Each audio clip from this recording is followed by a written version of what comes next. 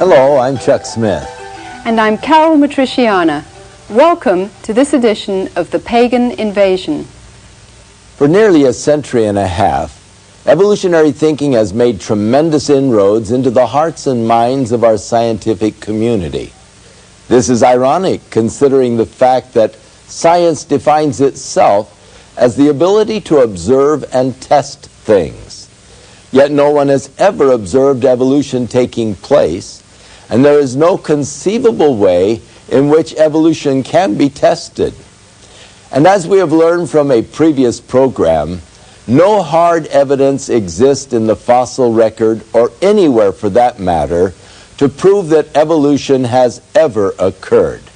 Still, the idea that non-living chemicals changed into life and that one life form can change itself into another life form continues to be presented to the public as proven scientific fact. To promote evolution as strictly science is especially deceiving when one considers its religious roots. Evolutionary thinking has been around for thousands of years, and it forms the basis of many of the world's pagan religions. While Charles Darwin is often referred to as the founder of scientific evolution, he himself was actually a theologian, having been trained in England's Cambridge University, not in science, but in theology. Darwin was also a high-degree Freemason, whose religious belief was in direct opposition to biblical creation.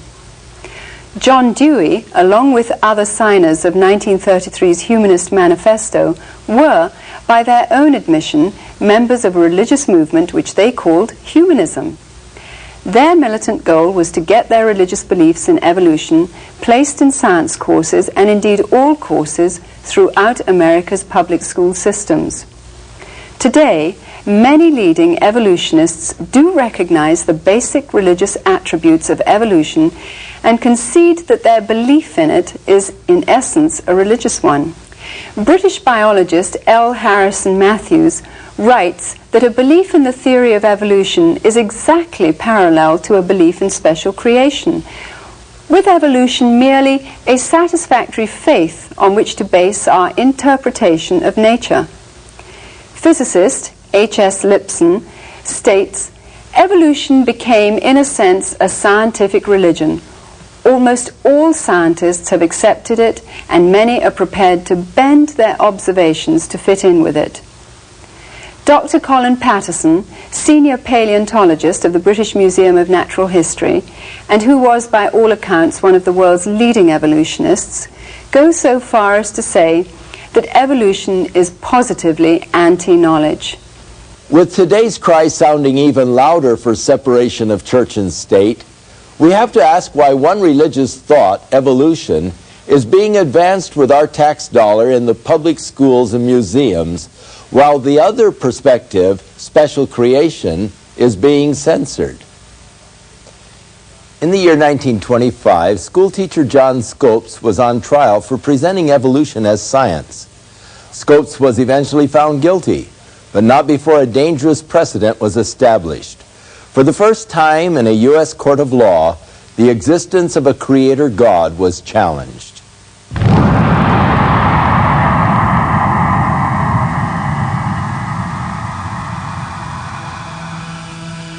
In July of 1925, the trial of the century took place in Dayton, Tennessee.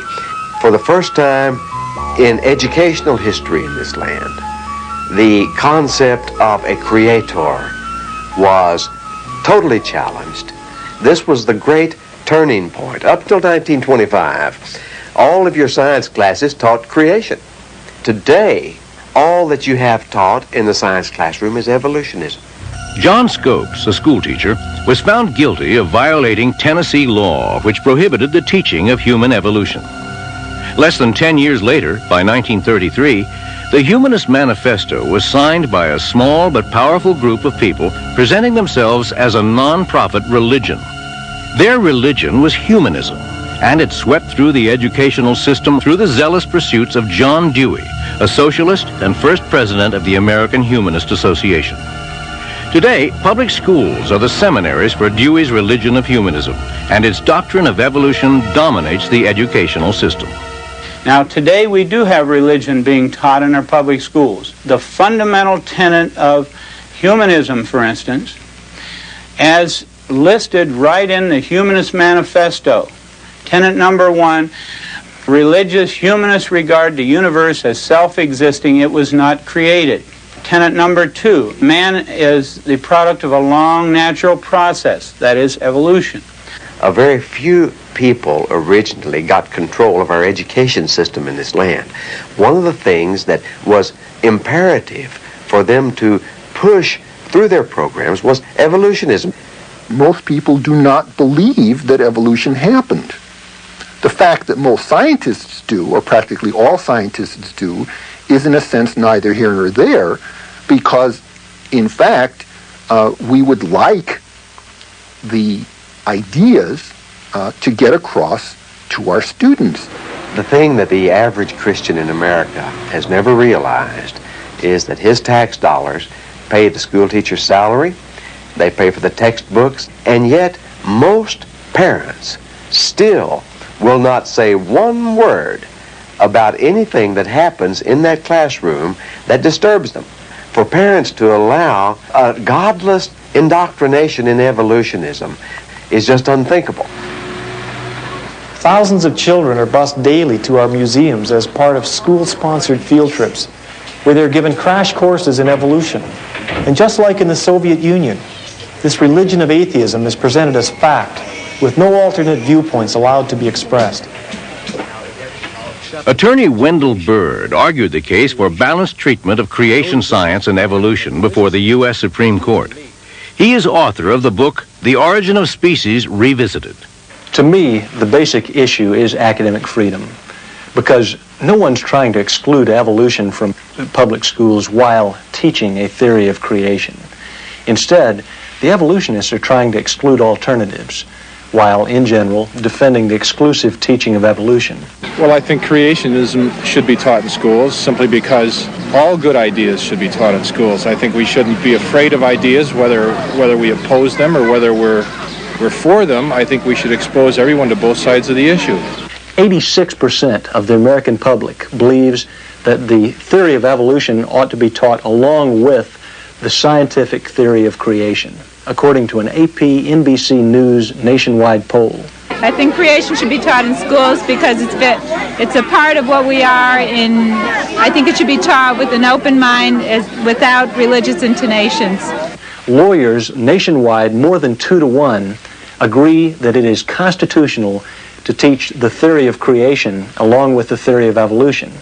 And lawyers better than 2 to 1 believe that both should be taught in public schools. Yes, creation should be taught in schools. Equal time should be given to evolution and creation. 42.3% of biology teachers believe in teaching a theory of creation along with the theory of evolution. And the same is true of school board members, 2/3, according to a poll by the American School Board Journal. The fact is that contrary to all of the smoke, the great majority of the American public feels that it is unfair to teach just the theory of evolution. No more than 6% have ever wanted only evolutionism taught, but there is such total domination and control in the scientific community that we still are placating the 6% of the people in this land who believe there is no God and believe that the universe created itself. Well, since there's no one answer and you can't prove the past yet, then both ideas should be taught. The only fair approach is to let the children hear all of the scientific information and make up their own minds.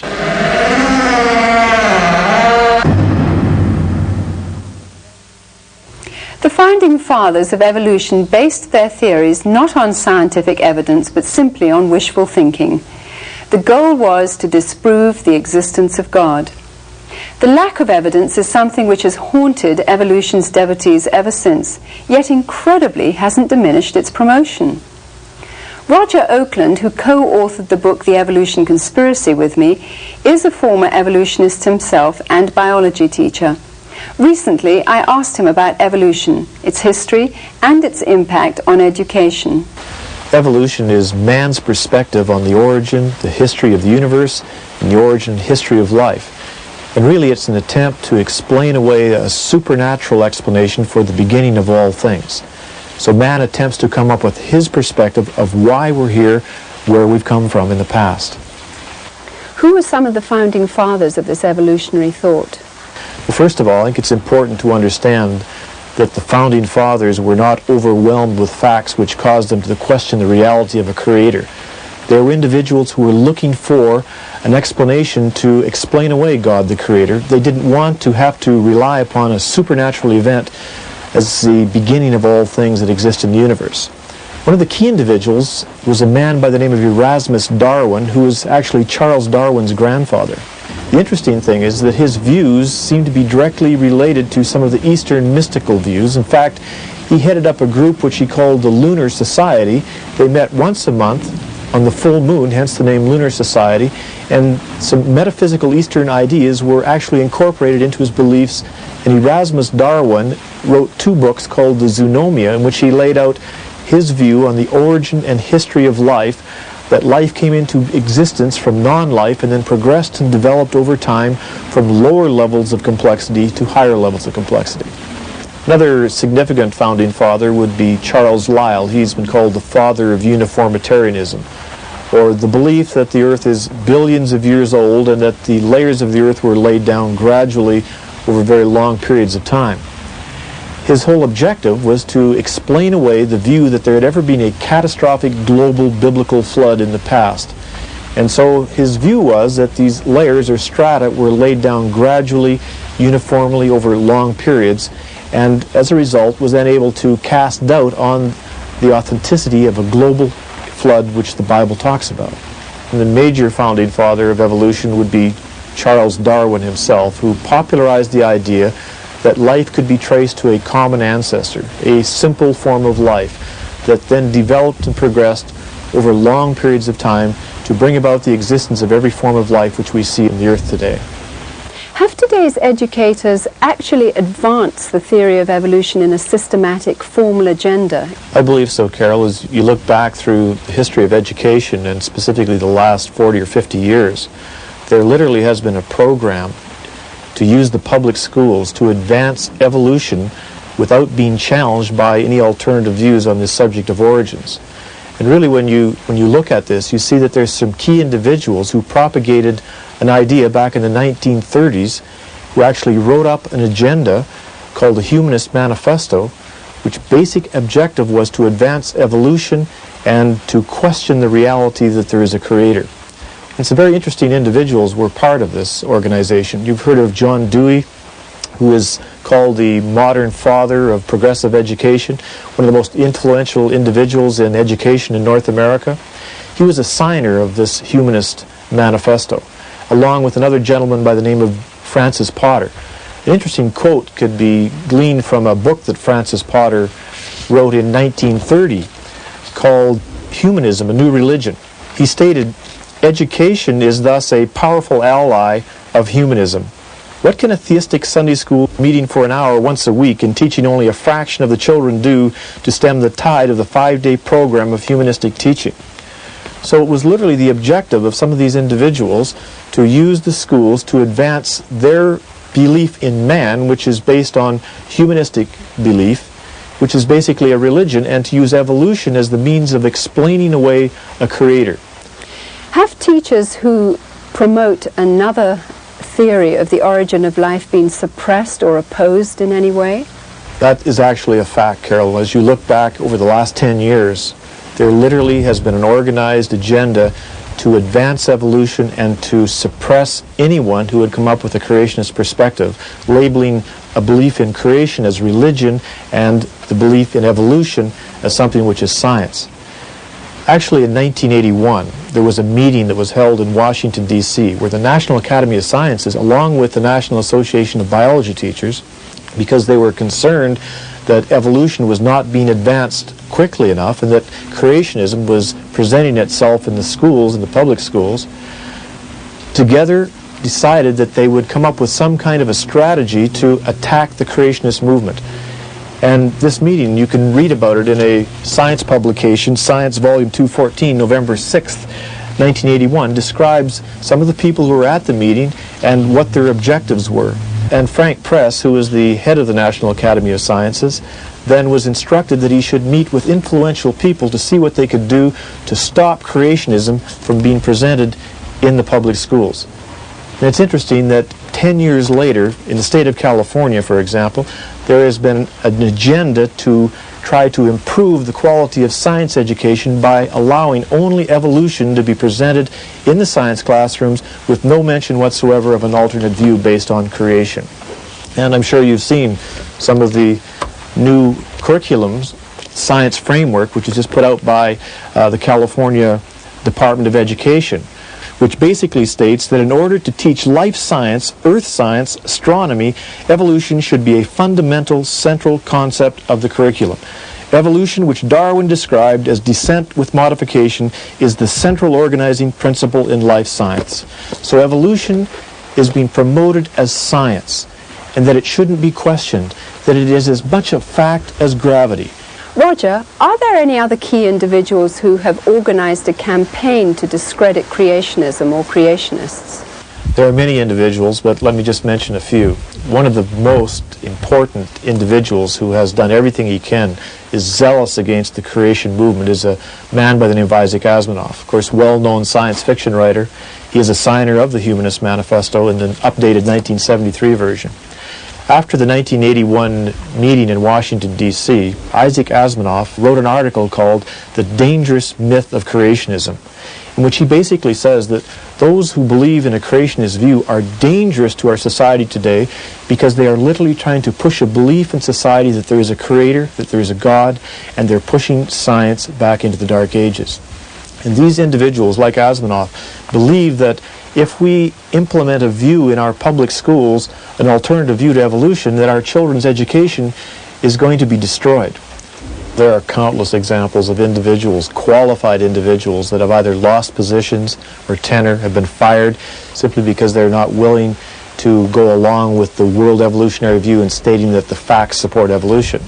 They'll say that the facts don't support evolution, and as a result of that, they are removed from their positions. Let me give you a couple of examples. Forrest Mims, a well-qualified science writer with Scientific American, recently removed from his position because it was found out that he believed in a creationist perspective. Although he had not written articles from a creationist perspective, he was fired from his job.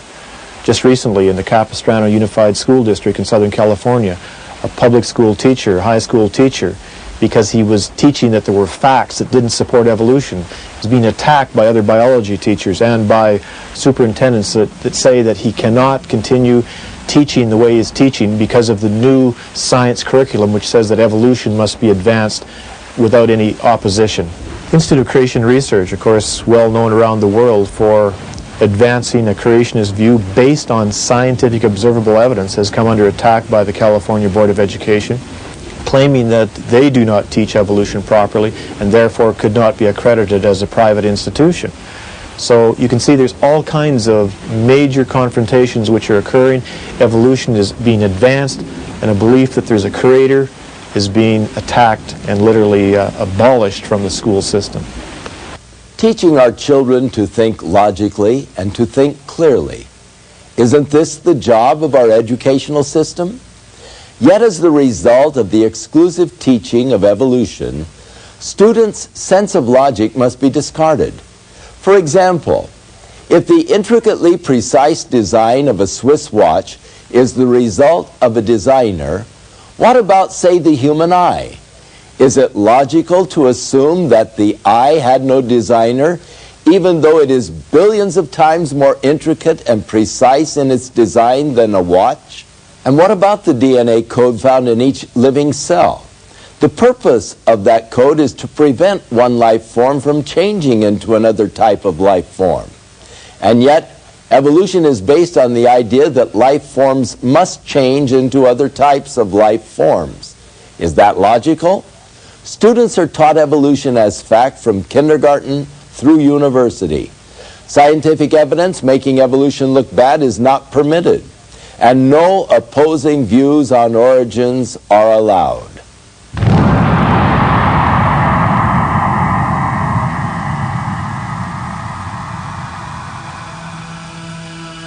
Should other concepts of how life got started be taught in the public schools? I don't think creationism should, because creationism is a thinly disguised religious doctrine, which has got no place in the separation of church and state. The main issue that is always raised in opposition to teaching all the scientific evidence on the subject of origins is that it violates separation of church and state to teach evidence that doesn't happen to support evolution. People should simply be able to hear the truth. A fact is a fact. You don't throw it out just because it happens to agree with the Bible. That doesn't make it religious. Teaching a theory of creation is constitutional, because the Constitution was written in the context of the Declaration of Independence, which refers to creation and even to a creator. In response to public outcry for the presentation of creation science alongside evolution, Louisiana and Arkansas were the first states to pass laws mandating balanced treatment for both theories. It was agreed that only scientific data minus religious doctrines be presented in the classrooms.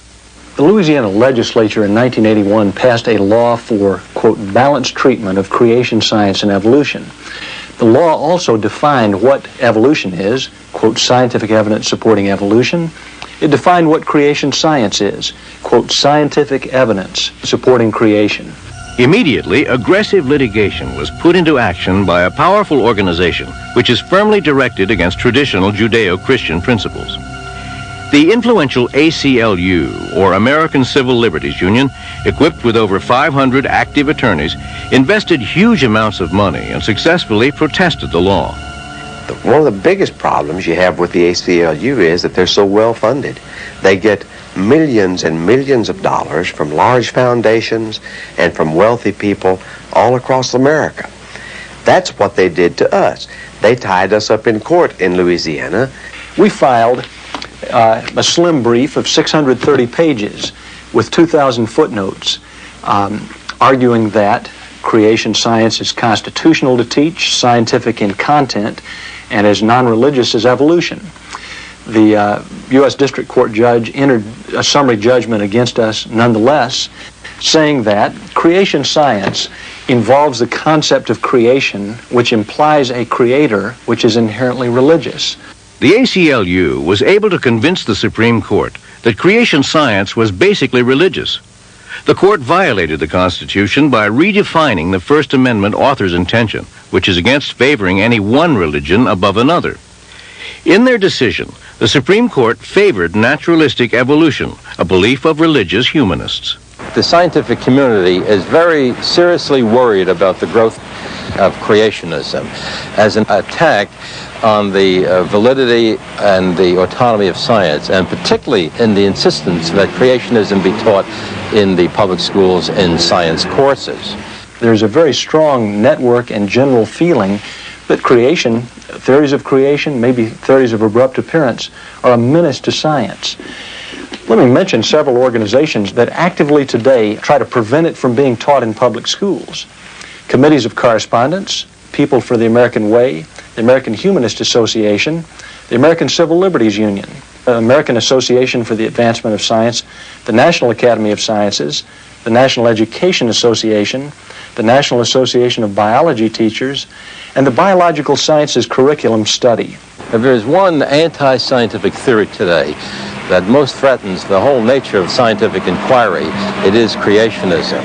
Today we really have an organized conspiracy in this country, in every state, that is organized to fight the open hearing of scientific evidences on origins.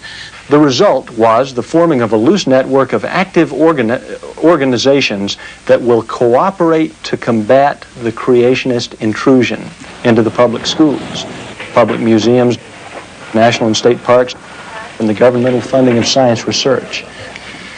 They have a very specific desire to preserve the exclusive teaching of evolution and to exclude any teaching of a scientific theory of creation or a scientific theory of abrupt appearance. That's censorship in my view.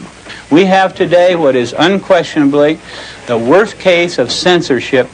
Good scientific data that happens to make it look bad for evolution, but that is meticulously censored from the textbooks. in an American society where we have always taken great pride in freedom of expression, freedom of religion, freedom of belief, freedom of press, it's just so unfortunate that we have such great censorship in our scientific community today.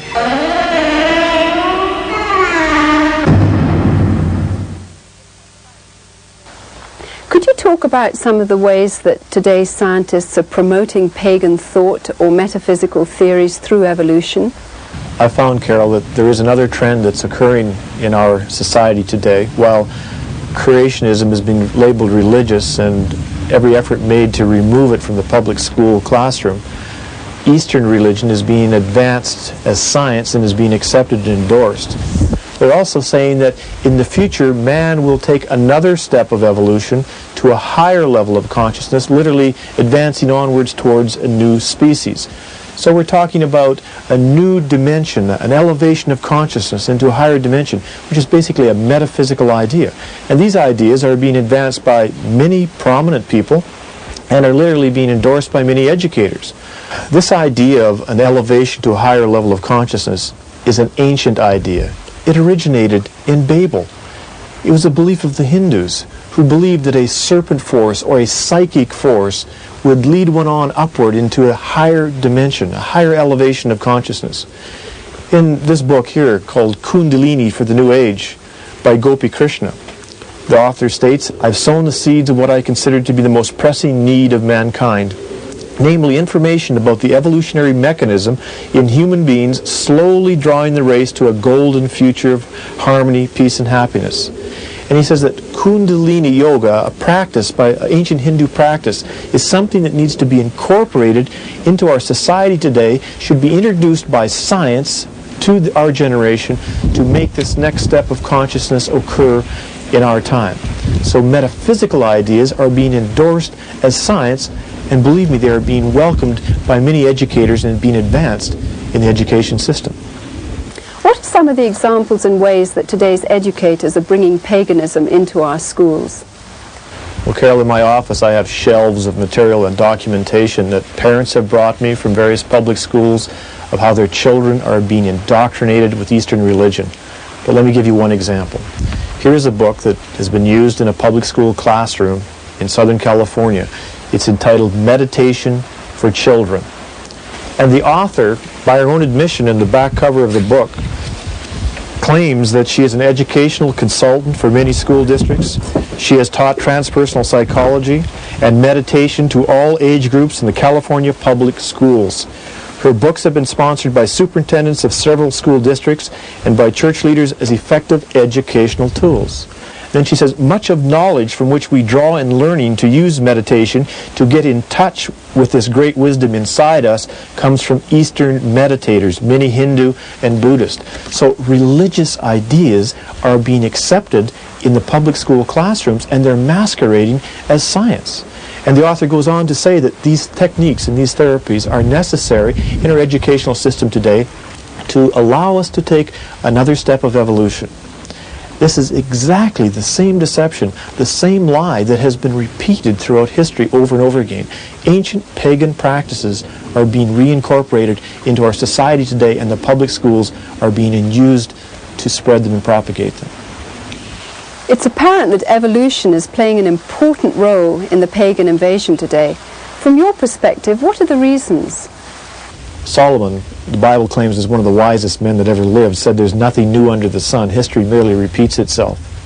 And in the past, when man willingly removed God from his thinking and trusted in himself, the pattern was that he turned to a metaphysical, supernatural, fallen spiritual dimension. It has happened many times. And every time that that occurred, when man trusted in himself rather than God, he turned to the fallen spiritual realm. Evolution today has been the means by which God has been removed from our thinking. Evolution is literally a gateway to the gods. And this New Age belief that elevation of consciousness can attain godhood is the same belief that the ancients believed in. It began in the Garden of Eden. It was repeated at the Tower of Babel. And it occurred over and over throughout Old Testament history. Once more, history is repeating itself in our generation. Today, many students are not only being denied good science, they're being force-fed a pagan Hindu occult religion in its place. In giving credibility to evolution, science has moved from the realm of physics to metaphysics.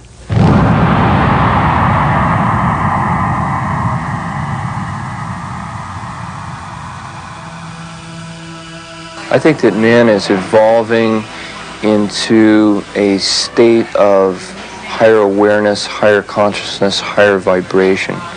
And I think that the best representation that we have of man's movement in that direction is what's going on in the consciousness movement, New Age movement. Evolution is going on all the time. Many people believe, and I believe, that the purpose of life is to grow, and that you grow as much as you can in each lifetime. And of course, we believe in reincarnation. One prominent world religion today gaining much popularity through celebrities like Shirley MacLaine is known as the New Age movement or the New Consciousness movement. At its heart is reincarnation and karma, both part of evolution, which is based in Eastern mysticism. The New Age movement is asking us to recognize our oneness by accepting the idea that we all evolved from the same pond. And if we can unite our minds and spirits using techniques such as meditation and channeling, we can supposedly get incredible powers, achieve global unity. New Age is an interrelated network of various philosophies and political causes. Its goal is to promote an awareness of global oneness, physically and mystically. Everybody from Jesus Christ to Adolf Hitler would be seen as someone who we can identify with because we are all one. I think that certainly there is every potential for all of us as spiritual beings to merge as one. We've mastered the evolution of the physical body. We've mastered the evolution of the mind, or we're moving in that direction.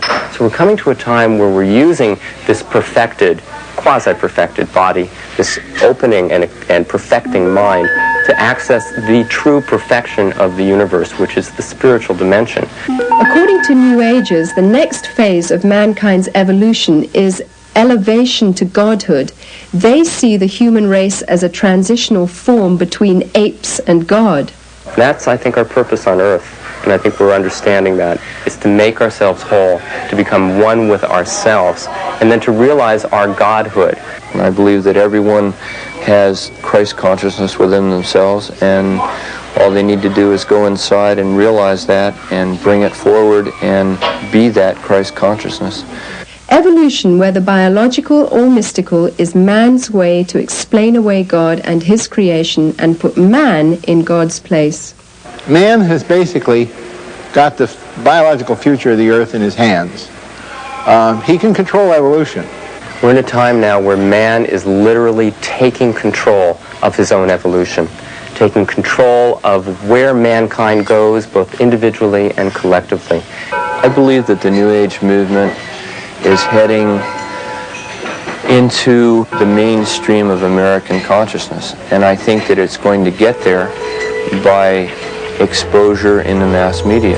The ideas, the concepts, the principles, the psychology, the spirituality. I think that this is a movement that will go all the way around the earth and ultimately serve as a vehicle to transform levels of consciousness that will allow us to live in a more natural, harmonious way with the elements and with the universe. The desire for godhood, which is the goal of the New Age consciousness movement, is the same thing that brought about the fall of man. In being our own gods, we can justify our behavior and are accountable to no one. In the Bible, Romans chapter 1 warns us about the natural consequences of rejecting God, the Creator. It results in man becoming involved in wickedness and moral corruption. If there is a moral governor in the universe, then each person in this universe is responsible to that moral governor. The easiest thing in man's mind to do is just to dismiss the possibility of that moral governorship. Adolf Hitler used the Darwinian thesis of natural selection, the survival of the fittest, to weed out who he considered to be the inferior strand of humanity. He brutally tortured and killed 12 million people. 6 million Jews and 6 million non-Jews. In effect, we are doing the same thing today with abortion, euthanasia, and infanticide, weeding out those whom we consider to be unwanted persons. Since 1973 in the USA alone, nearly 25 million unborn human beings were killed by abortion. That is one baby every 20 seconds. If we deny that man is created in the image and likeness of God, then we lose the dignity and purpose of life. If we agree with the evolutionary premise that we are no more than evolved animals, then humankind loses all moral perspectives. We can either choose to look to evolution for the answers, or we can choose to consider an alternative. Just look at the vastness of the universe with its galaxies, solar systems, the planets, all circulating in perfect precision. There are more stars than grains of sand in all the world. Just think of the complexity of life, the intricacies of the eye, the ear, the heart, or the human brain. Is it logical to assume it all happened by random chance? Or was there an awesome creator and designer behind it all? The Bible says that man is without excuse because all around him he can see through the evidence of nature the mighty workings of a creator God.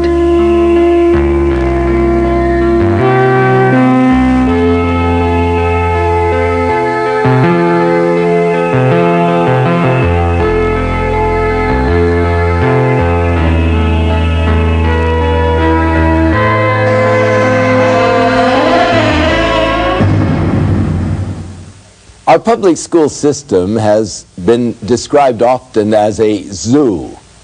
And is it surprising when you teach the children that they are animals, that all of a sudden they begin to act like animals and out of control?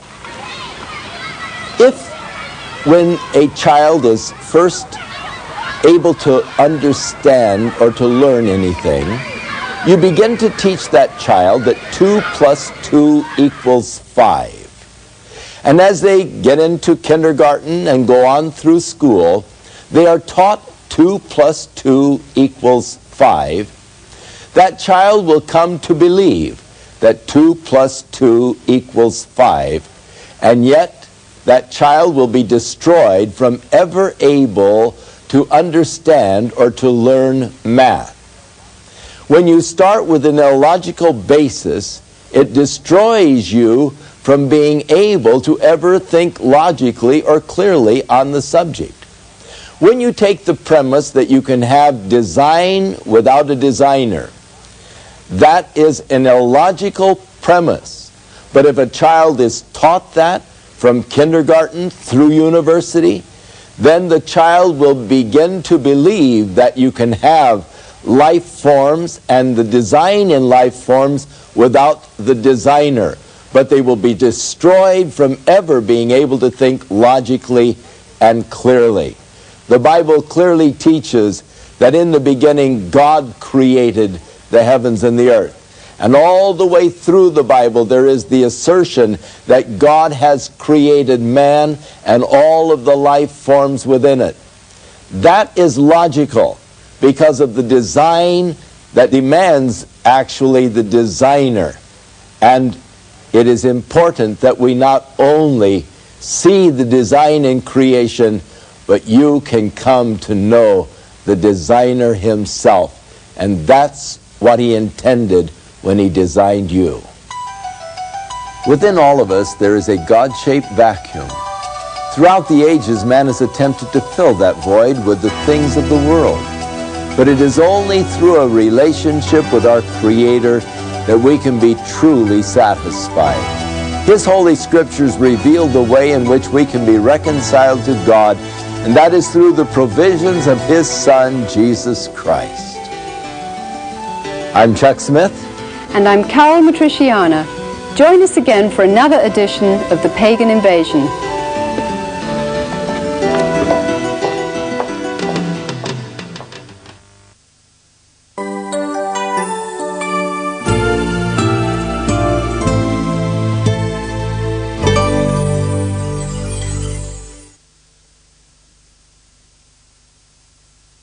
their observations to fit in with it. Dr. Colin Patterson, senior paleontologist of the British Museum of Natural History, and who was by all accounts one of the world's leading evolutionists, goes so far as to say that evolution is positively anti-knowledge. With today's cry sounding even louder for separation of church and state, we have to ask why one religious thought, evolution, is being advanced with our tax dollar in the public schools and museums, while the other perspective, special creation, is being censored. In the year 1925, schoolteacher John Scopes was on trial for presenting evolution as science. Scopes was eventually found guilty, but not before a dangerous precedent was established. For the first time in a U.S. court of law, the existence of a creator God was challenged.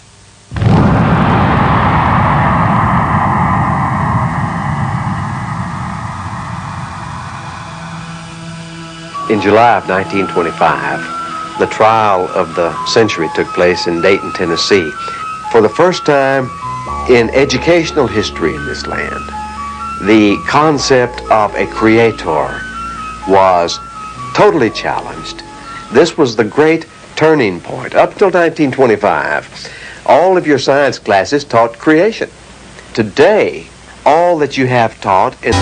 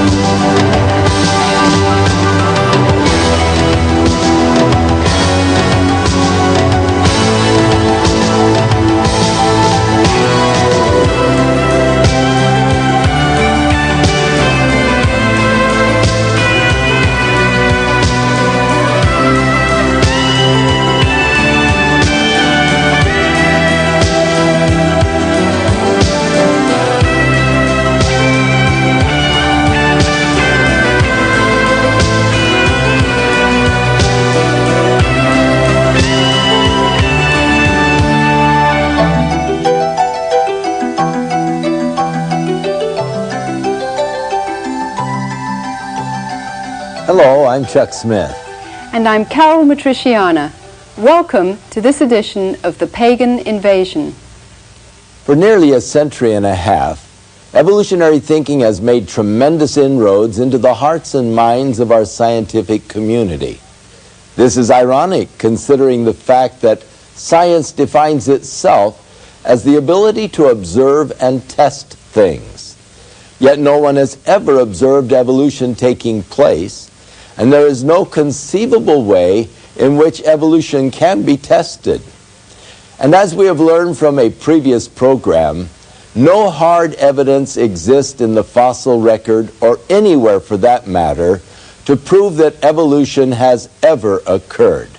Still, the idea that non-living chemicals changed into life, and that one life form can change itself into another life form, continues to be presented to the public as proven scientific fact. To promote evolution as strictly science is especially deceiving when one considers its religious roots. Evolutionary thinking has been around for thousands of years, and it forms the basis of many of the world's pagan religions. While Charles Darwin is often referred to as the founder of scientific evolution, he himself was actually a theologian, having been trained in England's Cambridge University, not in science, but in theology.